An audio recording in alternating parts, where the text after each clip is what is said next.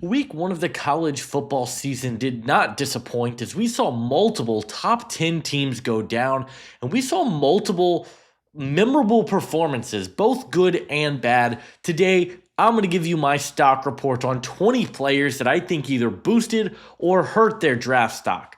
Now, two things I want to get out of the way. Number one, we are only talking about draft eligible players. There were a lot of freshmen that I would love to talk about that we'll get to in the 2028 draft class.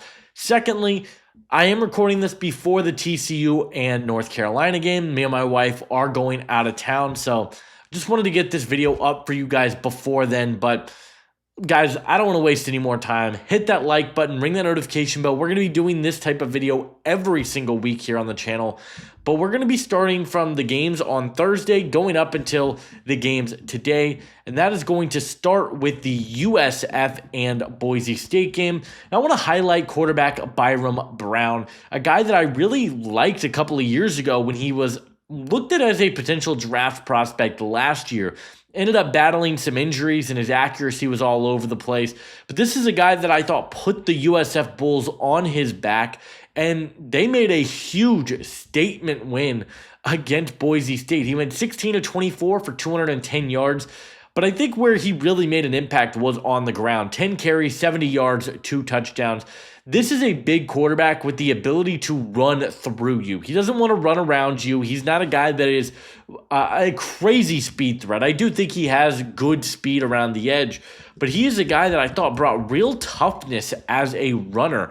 Just multiple times where he was running right into the defensive backs. Now, we're going to talk a lot about Boise State, but this is a 232-pound quarterback with size, with athleticism, and I thought he did let it rip. The accuracy is still something he's going to need to get cleaned up. There were some misses still on tape, but a guy that I think a lot of people in the college football and NFL draft community have kind of forgotten about. A guy that a lot of people thought could have been a day 2 pick going into last season.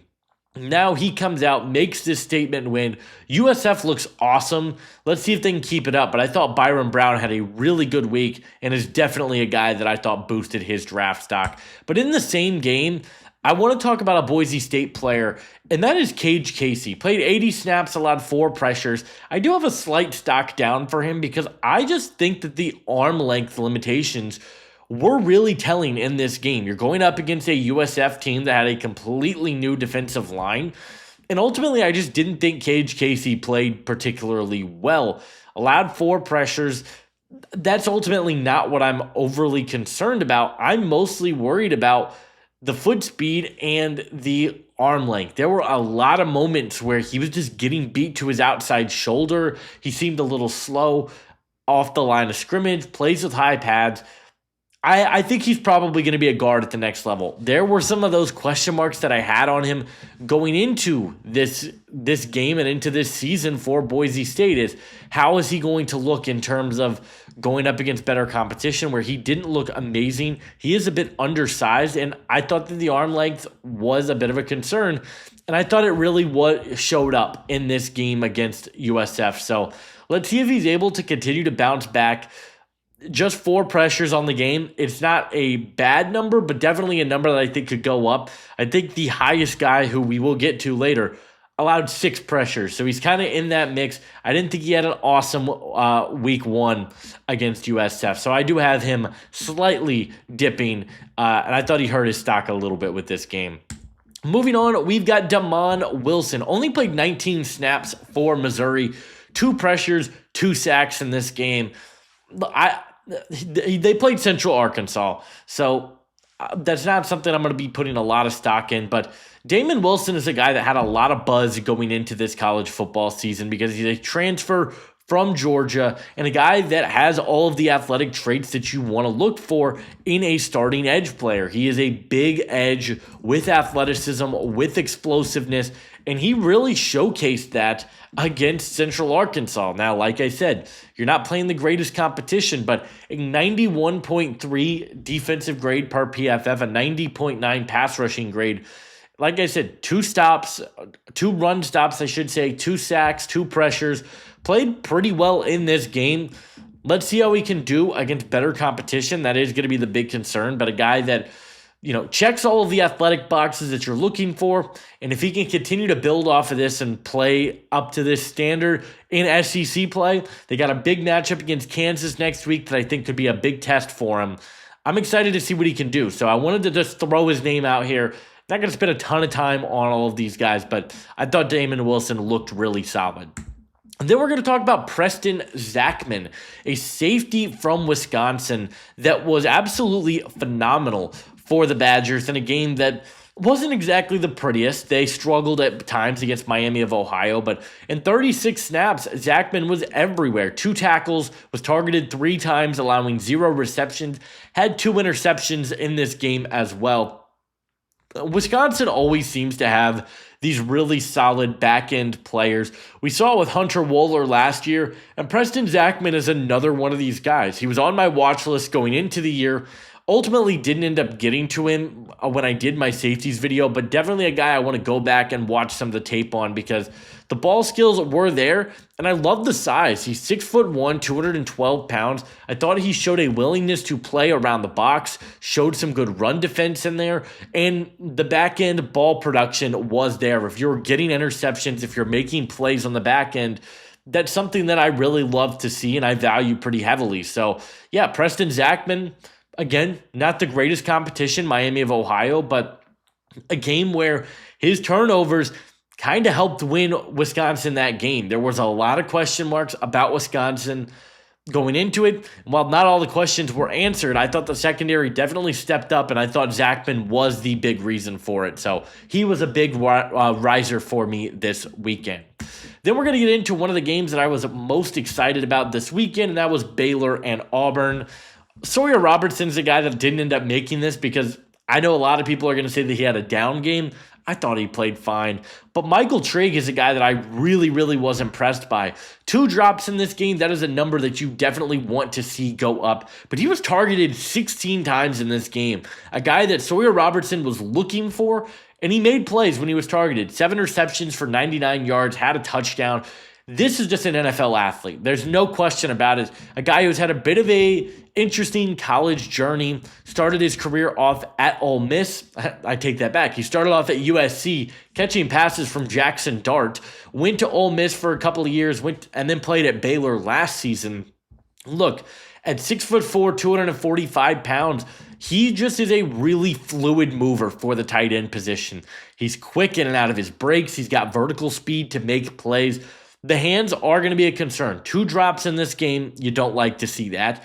But he showcased that he has athleticism going up against a really good Auburn defense and a secondary that had a lot of expectations. I thought Trigg looked really good, and he looked like one of the best players on the field. So many positives to take away from this game. The route running was good. The ability to make plays after the catch. I thought he showed good overall contact balance in there as well. I really liked what we saw from Michael Trigg, and that is a name that I think is going to be brought up a lot as a big winner this weekend. I think rightfully so. I thought he played fantastic. Sticking in that game, though, we have to talk about Jackson Arnold, who, look, he didn't have to pass the ball much. Was 11 of 17, 108 yards.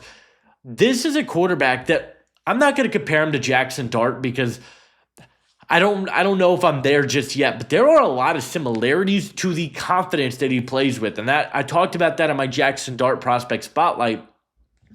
Dart is a player that had an immense amount of confidence. And when you're watching this game, he is just building his confidence as time goes on. Auburn was phenomenal in this game. They ran for over 250 yards, 150 yards for Jackson Arnold. Design quarterback runs. This is a guy that you can get the ball in his hands, and he has the ability to make plays. He is a playmaker. He's incredibly explosive as an athlete. He can get to that outside edge. He's got speed. He's got the ability to make plays on the ground. I thought the accuracy and the confidence as a passer definitely grew. But if I'm in the SEC, I think I'm getting a little bit worried about this Auburn team because they have the best 2-man receiving duo in the entire SEC, in my opinion, and Cam Coleman and Eric Singleton. And he only passed the ball 17 times. He still has ways to go. There were some misses on tape, but his ability on the ground, I thought this looked like a completely different quarterback than what we saw at Oklahoma last year. A guy playing with a lot more confidence, playing on time, playing within the structure of the offense. That's what Auburn fans have been wanting to see from a quarterback for a long time. And I think Arnold, if he can keep this up, is a guy that can get into NFL draft conversations. He was phenomenal, and I think as a guy that definitely boosted his stock this week.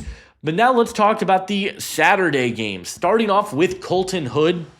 There were a lot of question marks around this Tennessee defense coming into the week because Jermod McCoy is going to be out for the first few weeks. So who is going to step up in this secondary?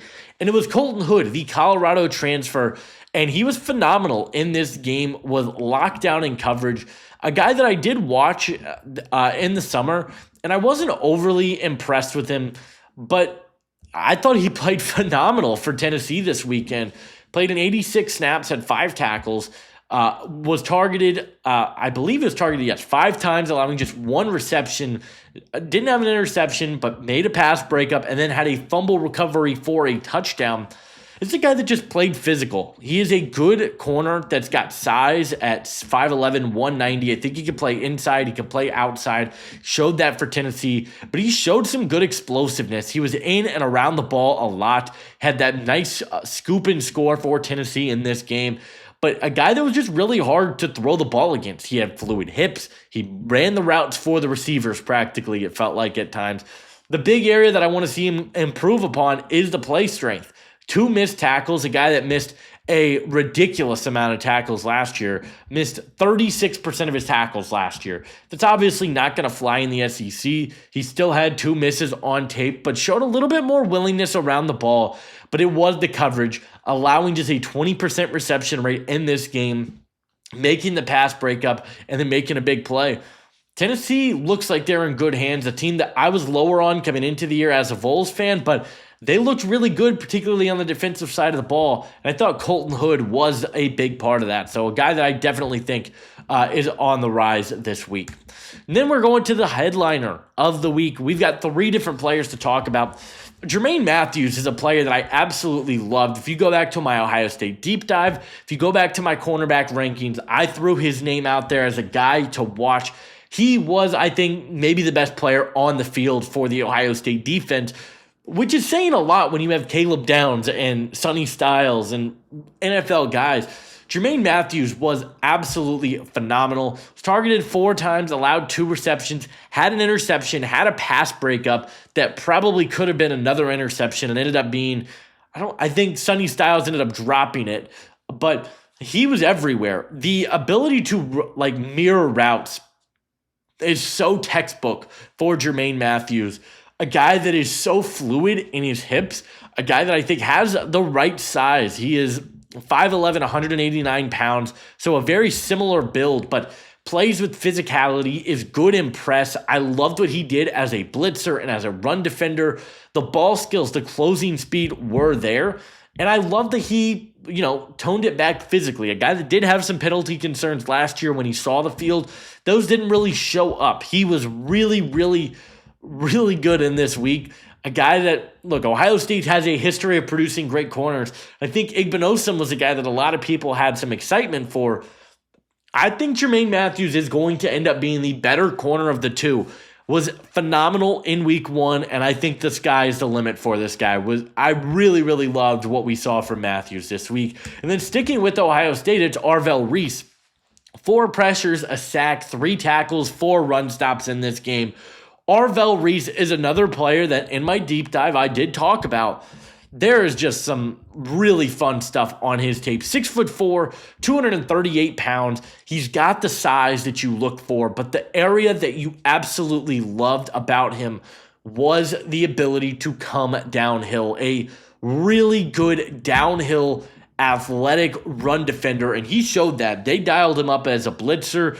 They brought him, he was just everywhere for this defense, sideline to sideline.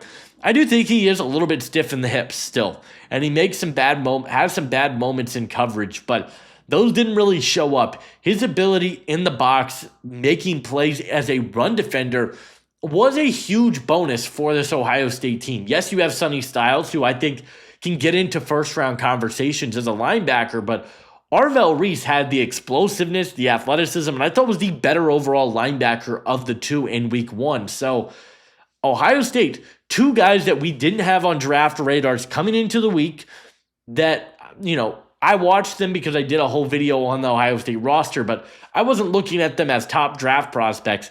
These are two guys I think could easily get into the top 100 mix, and if they keep playing like this, it'll be much higher than that. I thought Reese and Matthews were fantastic, but there is going to have to be a negative conversation here, and we have to talk about Arch Manning because I'm going to be a bit of an Arch Manning defender here. The expectations were too high. I just don't know why anybody, and I'll put my hand up. I was part of this. I had Arch Manning as my QB4 coming into the year. I thought that he was going to be awesome. I've called him one of the best quarterbacks I've seen. We did need to pump the brakes a little bit. Went up against one of the best defenses, if not the best defense in all of college football. And yeah, he had his growing pains. 17 of 30, 170 yards, had a touchdown, had a pick. The interception was bad. Probably could have been 2 or 3 more interceptions in there. Where I will defend Arch, I thought the play calling was pretty poor, which is a surprise from Steve Sarkisian teams where I think the play calling is usually really good. They always seem to have a plan for the quarterback. That didn't really seem to be the case with Arch, particularly in the red zone where they're running QB draw and outside run plays. They just didn't seem to trust Arch in this game. And when they needed to get a play, particularly in the fourth quarter, Arch threw 2 beautiful passes down the stretch. So I thought he got better as the game went on. But a guy that I thought that the 2 areas that he needed to improve upon were going to be the accuracy and was the footwork. And I thought those were the 2 areas that he did struggle in. I've seen some people call it Anthony Richardson-esque. I guess there were just some bad throws. He was throwing low. I think the first pass of the game, he had DeAndre Moore wide open, throws it at his feet. The accuracy has to get better from Arch Manning, and that's why I ultimately don't think he's going to be going to come out this year, and ultimately why I'm not taking him in any mock draft until we get confirmation. Yes, he is a stock down because I think the stock was so high, but I would still be buying Arch Manning stock if it's not for this year, for 2027, because the traits and the high-end stuff that he did do, I thought was really, really good. Let's pump the brakes a little bit. Let's get him some right moments and get some better play calling around him. I think Arch Manning's going to be just fine, but I have to dip him a little bit after what was a pretty rough week 1, to say the least. And then we're going to another quarterback that, look, I just don't know if this is a draftable guy at this point. It's Preston Stone at Northwestern. I really liked Preston Stone a couple of years ago. He was one of the highest graded quarterbacks in college football. Then last year was in a quarterback competition with Kevin Jennings at SMU where he got beat out. Then he transfers to Northwestern, and I'm like, all right, this is a chance for Preston Stone back in the spotlight, back as the starter to get things going, and he was awful. 19 of 36, 161 yards, had 0 touchdowns, 4 interceptions, 4 rush attempts, but he had negative 42 yards. I think a lot of that is sack yardage factored in, but this is a guy that just has that gunslinger mentality. He wants to take the deep shot, and too many times I think it comes back to hurt him. It's why he lost the starting job at SMU, and it's why he threw 4 interceptions. I just don't really know if that's a guy that's going to get drafted. Yes, he's got overall, I guess, okay size, but he's just always looking for the home run play. I don't feel like he's a natural thrower. Unfortunately, I just thought he was really, really bad this week. So, yeah, I have to dip Preston Stone. I thought that was an ugly performance from him in week 1 against a group of 5 team. I know it's Tulane, but come on. You've got to be able to win that game as the power school, and they just weren't able to do it. Taylon Green, another quarterback. So this is, I think the 3rd or 4th quarterback. We got one more to talk about. Taylon Green is really, really enticing. I know they were playing Alabama A&M. I get it. 24 of 31 for 322 yards and 6 touchdowns isn't nothing, though. Taylon Green is one of these guys that is so raw as a prospect because, yes, he's got an insane arm. He is a really good athlete for the position. The accuracy's still up and down. He's a bit older, had some fumbles. He was phenomenal in week 1, and a guy that you look at the upside, and it's as high as anybody in this class. I really do think that. He just hasn't been able to put it together. He was excellent. It was an FCS opponent. I know he was battling injuries last year, but he still had a pretty productive season for Arkansas. if he can continue to build off of this is a name we're going to be talking about throughout this season because Taylon Green has as much upside as any quarterback in the draft class, not just through the air, but his ability to make plays on the ground as well. He was phenomenal for Arkansas, and I think he played like 3 quarters. So a lot to really build off of and be excited about if you are an Arkansas fan. So I have him in a stock up. Then we're going to talk about Jeremy Bernard. I know it was an ugly week for Alabama, but Jeremy Bernard really impressed me. A wide receiver that I think is a bit of a polarizing one. He didn't end up making my top 20. I think, where do I have him?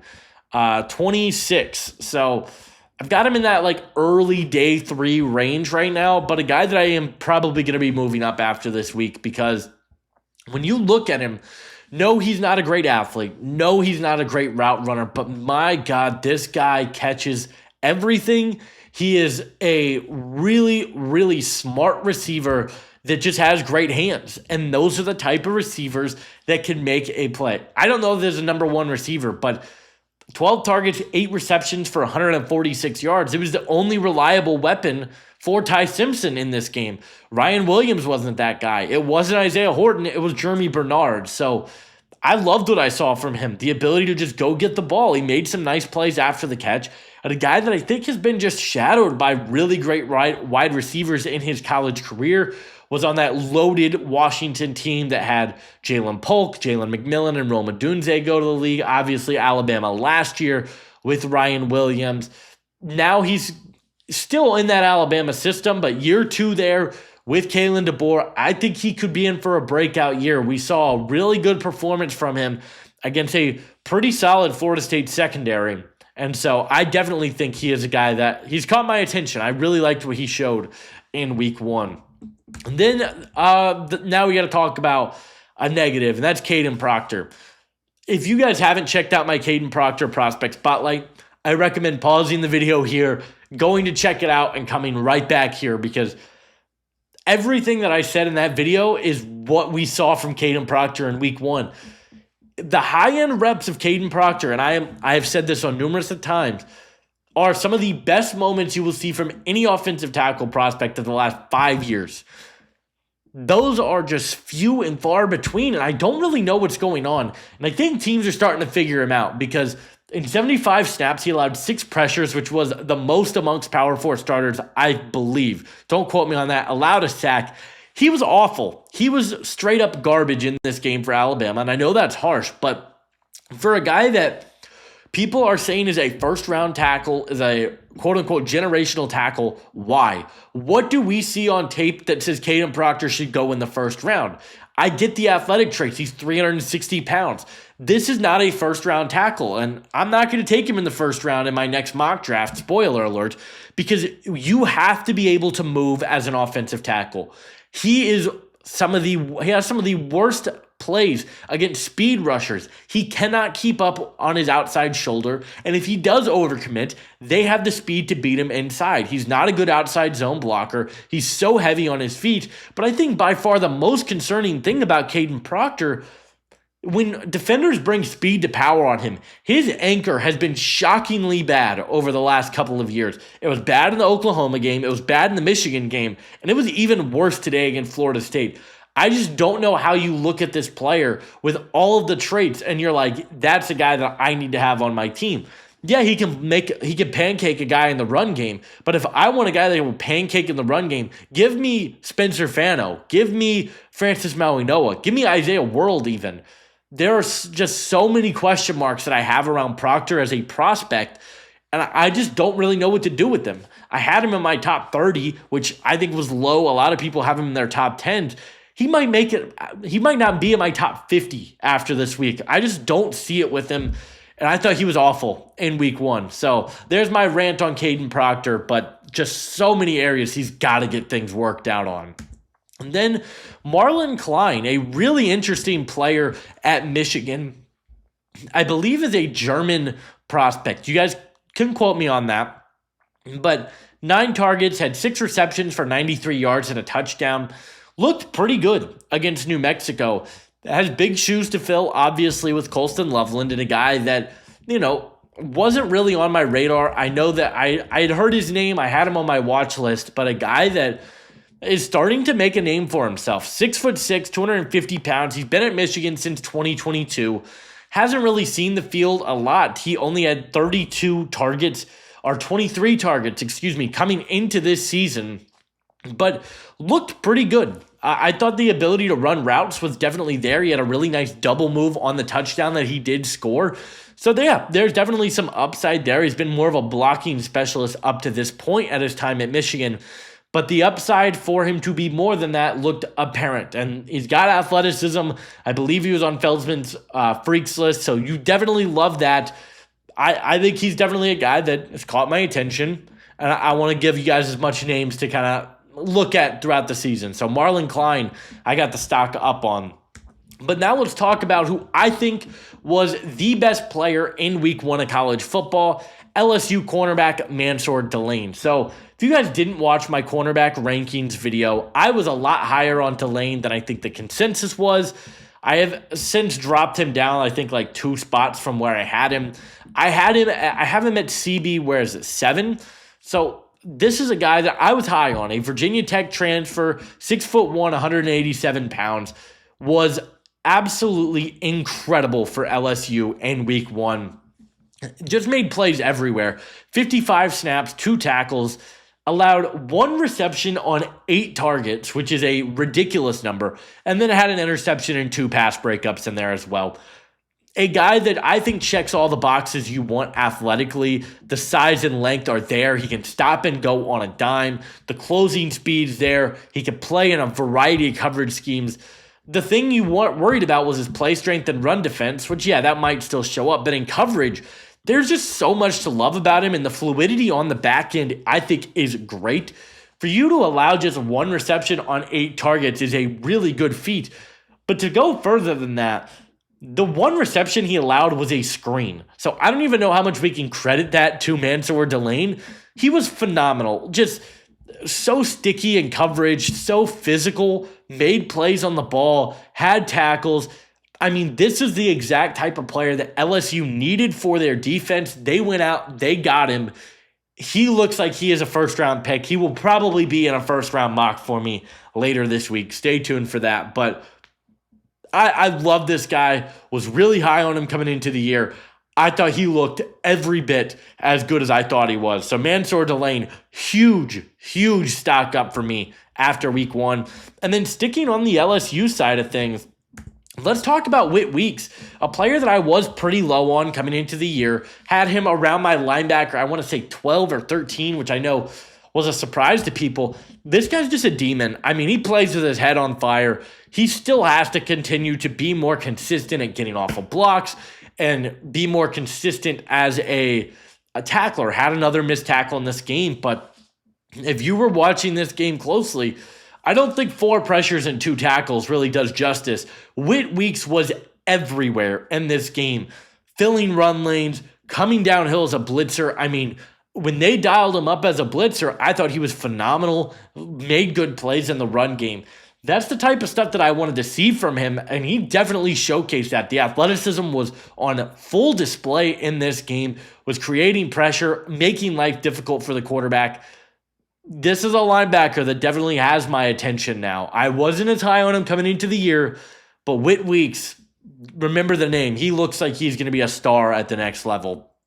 But let's go to the opposite side of things, Cade Klubnik. Cade Klubnik was bad in this game. My QB3 coming into the week. I was really high on Cade Klubnik. I loved the traits that he had to offer.